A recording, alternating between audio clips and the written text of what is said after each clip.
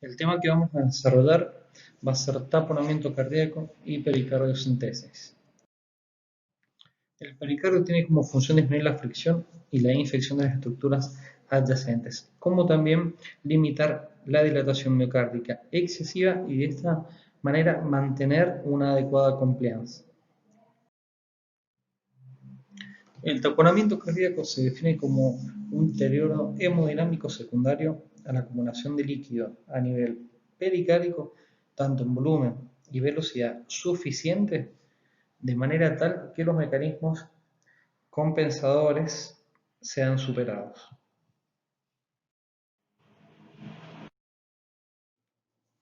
Cuando se instaura el derrame pericárdico, inicialmente la curva de presión-volumen es plana.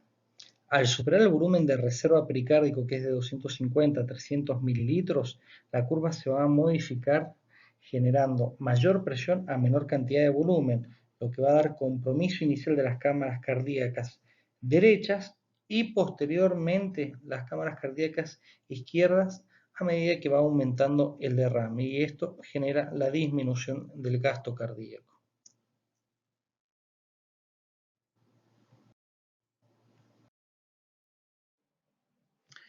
Los mecanismos de compensación que tenemos en el taponamiento cardíaco es el aumento del tono simpático mediante la descarga adrenérgica, que eso va a generar taquicardia y vasoconstricción. Se produce también una activación del sistema renina-angiotensina, donde va a generar retención de agua y iones para poder aumentar el volumen circulante. Se produce también aumento de la resistencia periférica para mantener una adecuada presión arterial media y una distensión venosa también para favorecer el flujo cardíaco. Todos estos mecanismos de compensación para mantener un adecuado gasto cardíaco son transitorios, de manera tal que si no se resuelve o se revierte el taponamiento cardíaco mediante la pericardiocentesis, estos mecanismos se agotan y dejan de ser eficaces, con lo cual va a generar mayor descompensación hemodinámica del paciente. En el gráfico que se presenta en esta diapositiva de presión-volumen, van a ver una diferencia con respecto a la curva, tanto en el derrame agudo como en el derrame crónico. En el derrame agudo, el taponamiento se va a generar con menor cantidad de volumen, donde es casi vertical la curva.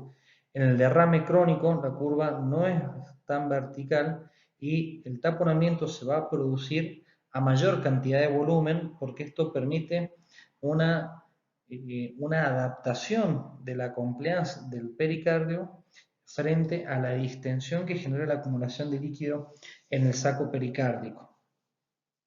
Hay un fenómeno que se llama fenómeno de la última gota, que ¿cómo se traduce esto? El paciente va a empezar con toda la sintomatología del taponamiento, con la última gotita de sangre que entra en el saco pericárdico, a donde supera la compliance del pericardio, y con la primera extracción de esa gotita de sangre durante la pericardiocentesis, el paciente ahí empieza con la mejoría de sus síntomas.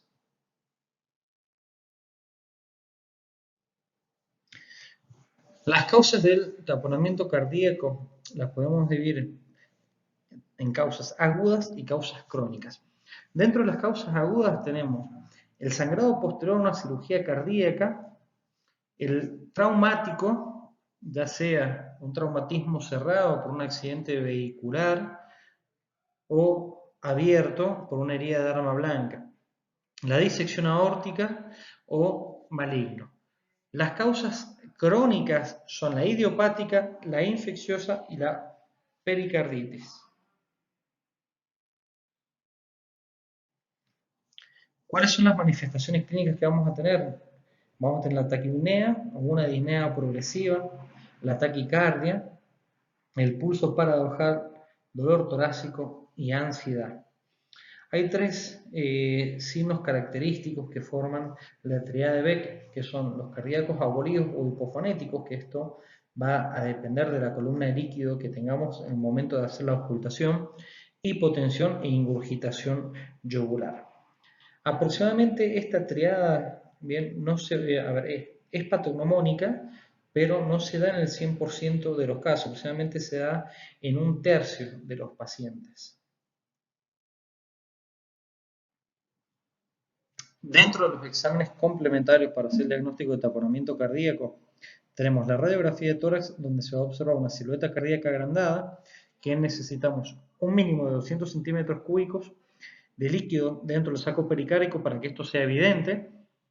El electrocardiograma, donde vamos a tener complejos de bajo voltaje y una alternancia combinada de las ondas P y el QRS. Y lo otro es el ecodoppler, donde se va a observar la columna de líquido del derrame pericárdico, compresión de las cámaras cardíacas derechas y un desplazamiento de lo que es el tabique interauricular e interventricular hacia el lado izquierdo.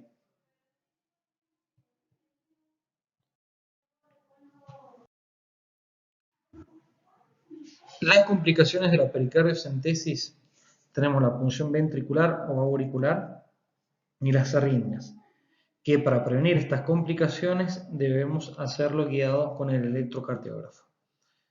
La otra complicación es el hemopericardio, que tenemos que ir constatando permanentemente la derivación 5 del electrocardiógrafo para ver si existen trazados de lesión. Tenemos la perforación de estómago o colon y la punción de la arteria coronaria.